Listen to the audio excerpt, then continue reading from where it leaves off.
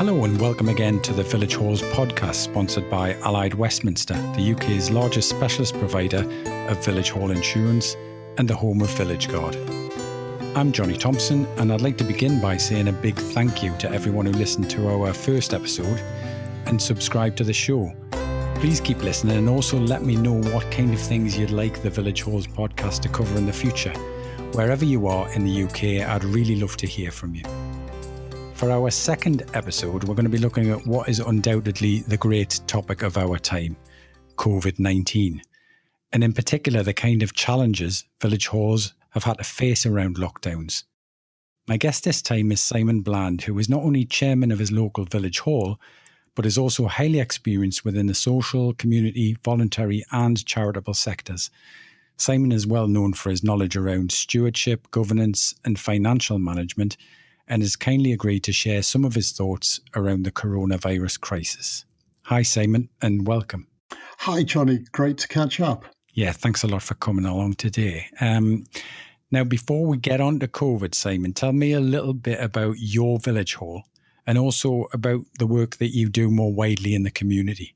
In terms of our village hall, we're based in South Lincolnshire. The hall had its centenary just a few years ago. And I've been chairman here, I think, for about 14 years. Very often, I think, the joke is because nobody else wants it. But the reality is it's a great honour to be part of the team that helps the hall serve the community. And the name of the hall? It's Rorsby Village Hall. And again, your kind of community work and so on that you do more widely. Certainly, yeah, in the past and still within the voluntary and charity sector, looking at governance issues and the running of community space, now within the faith sector, but for many, many years with village halls. Great. And now COVID, I'm going to spare everyone all of the cliches because we all know how bad it's all been. But tell me first of all about the kind of challenges that Rorsby Village Hall has had to cope with during this time. I guess the first challenge was that every hall faced was just the sort of shock and speed of the lockdown, the challenges in terms of ensuring that groups were able to make a sort of tidy exit from the hall, and we were able to put the hall into mothballs, really, whilst that first lockdown was in place. So that was back in March, April last year. And a lot of hoops to jump through, and I guess a lot of services and so on that needed to stop, yeah? Yeah, but clearly sort of the whole ground to an immediate halt, and it really was a case of sort of locking the door.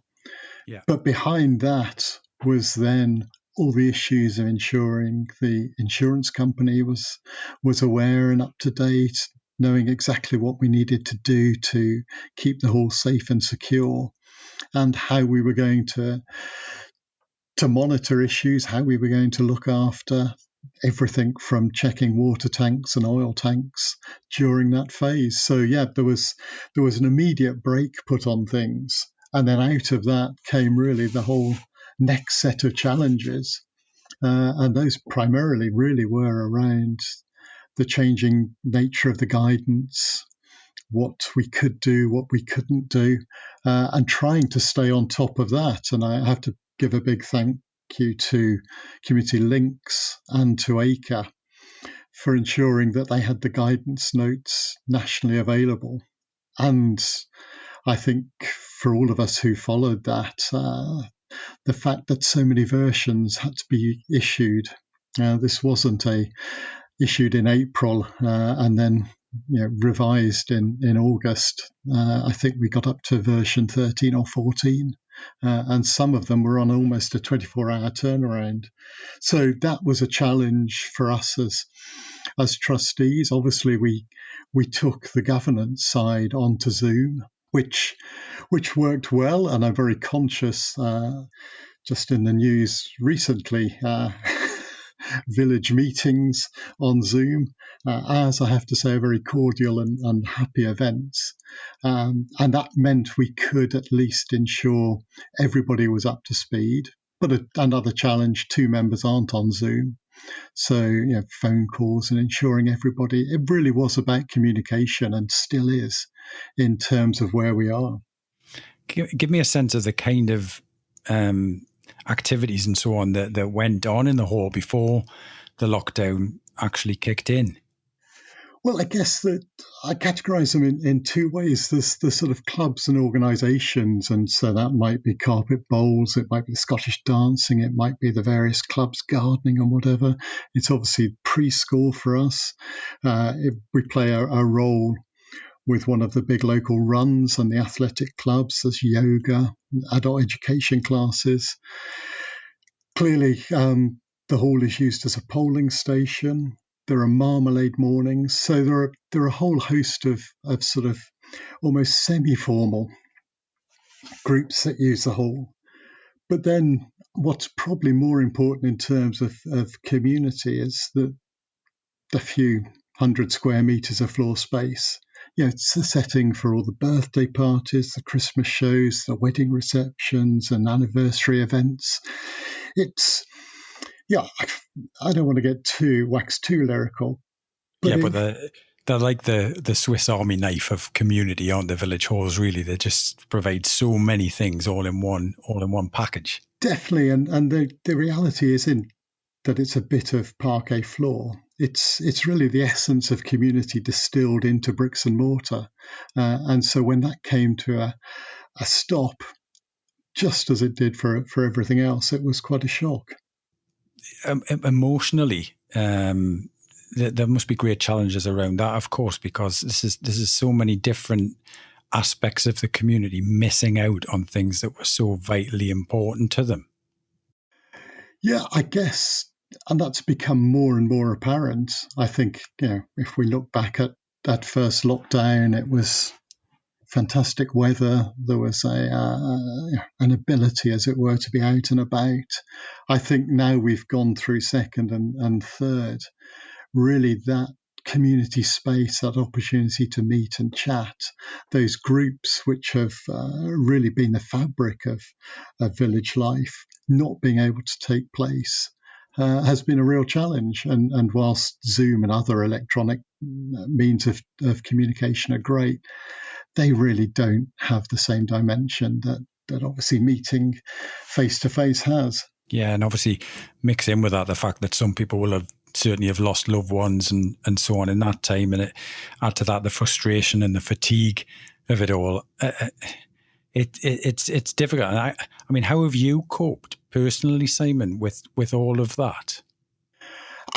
It's been great to have the rest of the trustees on board. I mean, if you really wanted me to share my sort of lockdown tips, I invested in a bird table and bird feeder outside the dining room table I now use as the office. And bizarrely, and maybe much too much of an insight, whereas 2020 was about trying to control and manage really the way I was dealing with the whole lockdown isolation side. 2021, I invested in a pair of slippers and 3 cardigans.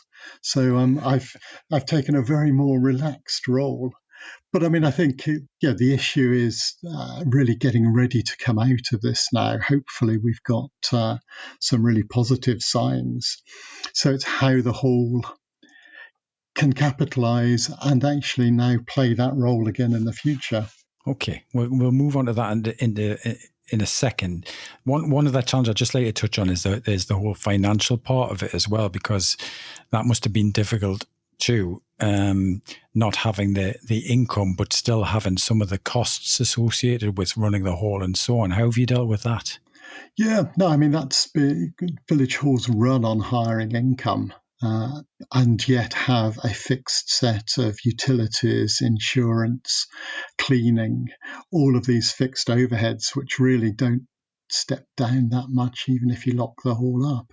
So we were very fortunate, and really, again, due to, I think, the work of ACRE behind the scenes, lobbying government on the grant schemes, and then Allied Westminster for making sure we were aware we could apply. So we secured one of the first £10,000 grants, which gave the trustees a sense of stability in terms of going forward, knowing we'd got that in the bank. It also enabled us to effectively furlough our cleaner, and when we got further into the year, to allow us to reopen the village hall for the preschool only, but at a rent that meant they could actually operate with much lower numbers. So financially, it's been okay. I mean, ironically, actually, opening up for an essential service in the form of the preschool means we've not been able to get the next two tranches of grant support. But yeah, we wouldn't want this to go too further on. And obviously, the only other source is normally fundraising, which happens at the village hall, and we don't have that as an option. So yeah, finances without a doubt have been tough, but I think the challenge has also been for trustees and getting people to actually volunteer to come forward to help as well. Yeah, it's interesting you mentioned the preschool as well, because that's a very good example of the kind of essential services that the village halls have been able to provide during this time as well. So it hasn't just been a case of shutting down entirely. You've been there to support the community still.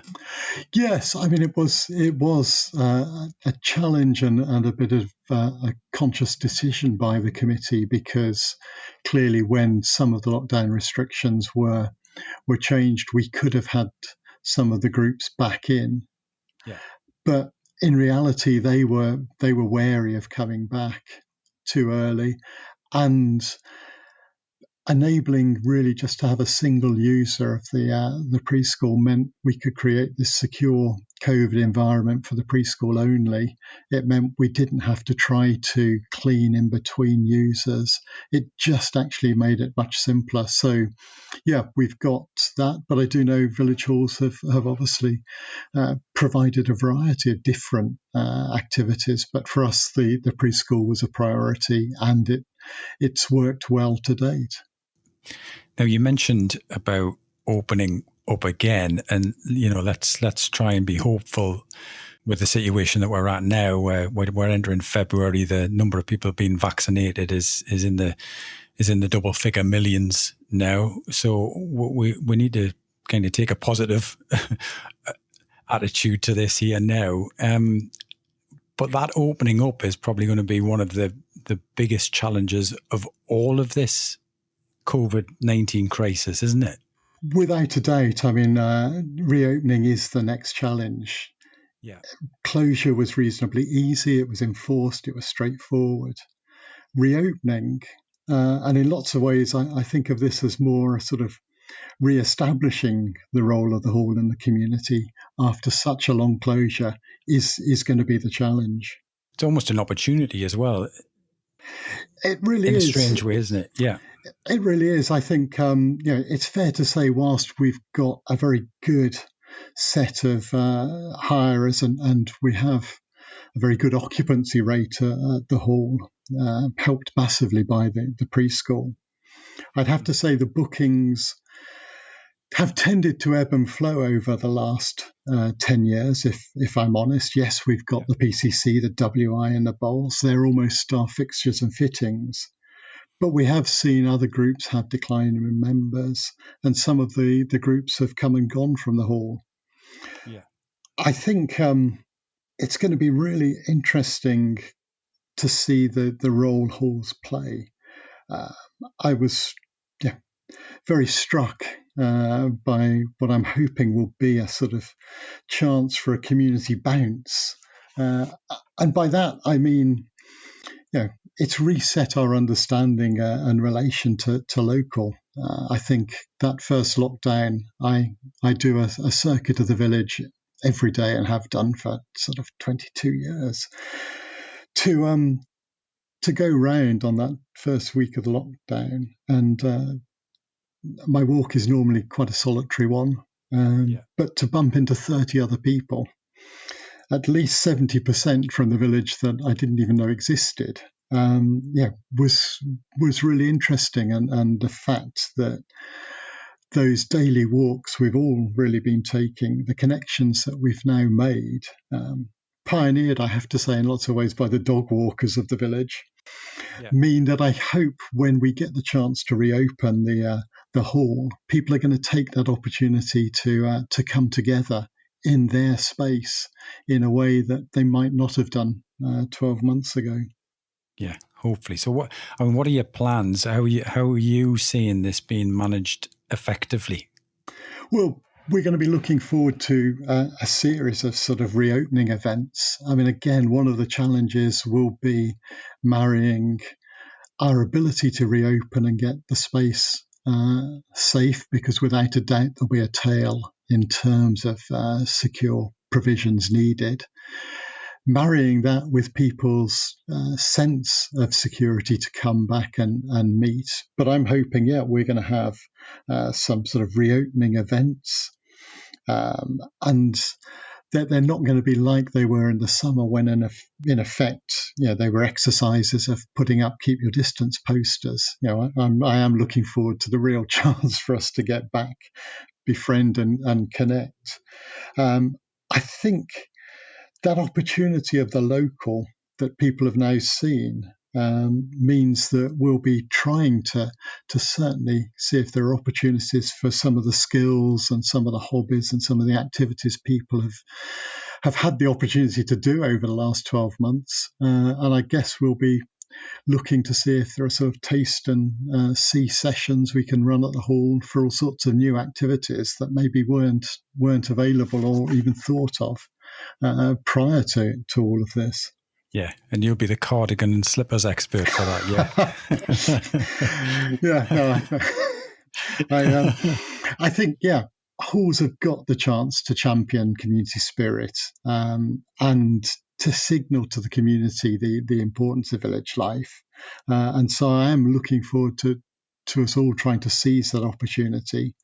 I think, we're going to be very positive that halls have a bright future, and our hall has a bright future. And I think we'll be putting it back into the heart of the community and ensuring that we've got new people seeing the role that it can play. It's been, it's locked up, as it were, but it's visible. It's going to be very much a symbol of the village restarting, and I'm looking forward to that. Yeah, thanks, Simon. I think, amongst all the challenge and all the despair as well, I think it's great we've ended with a positive message here. Although, we're not entirely sure when things will start to get better. I'm sure they will. And as you say, there's likely to be a massive thirst for real social interaction here in Village, and other halls can play a really big and important part in that, of course. So I guess what you're saying is let's all be ready for that. I think that's where the real opportunity lies for halls to, as I say, reposition, re-establish themselves as that hub of community life and that space that people can come together. I'm really looking forward to the hall playing a major role in a sense of us being able to be out and about. Great. Well, if you've got any questions for Simon, what I suggest is please use our social media pages on Facebook or Twitter to start a conversation, and also share your experiences of lockdown, especially anything that has helped you through this crisis as well. It's always good to share. Other than that, I'd just like to say thanks again to Simon for joining me today and for being so open about how difficult things have been at times, and for offering some helpful insight. And many thanks, of course, to our sponsor and specialist insurance provider, Allied Westminster, for making our podcast possible, and whose services you can discover more about at www.villageguard.com. You've been listening to the Village Halls podcast, a new and unique listening community for Britain's village, church and community halls, and anyone interested in the vital community services they provide. We'll be back soon, so if you haven't already, please visit www.thevillagehallspodcast.com to subscribe, sign up for updates, link through to our social media pages, and to find out more. Until the next time, goodbye for now.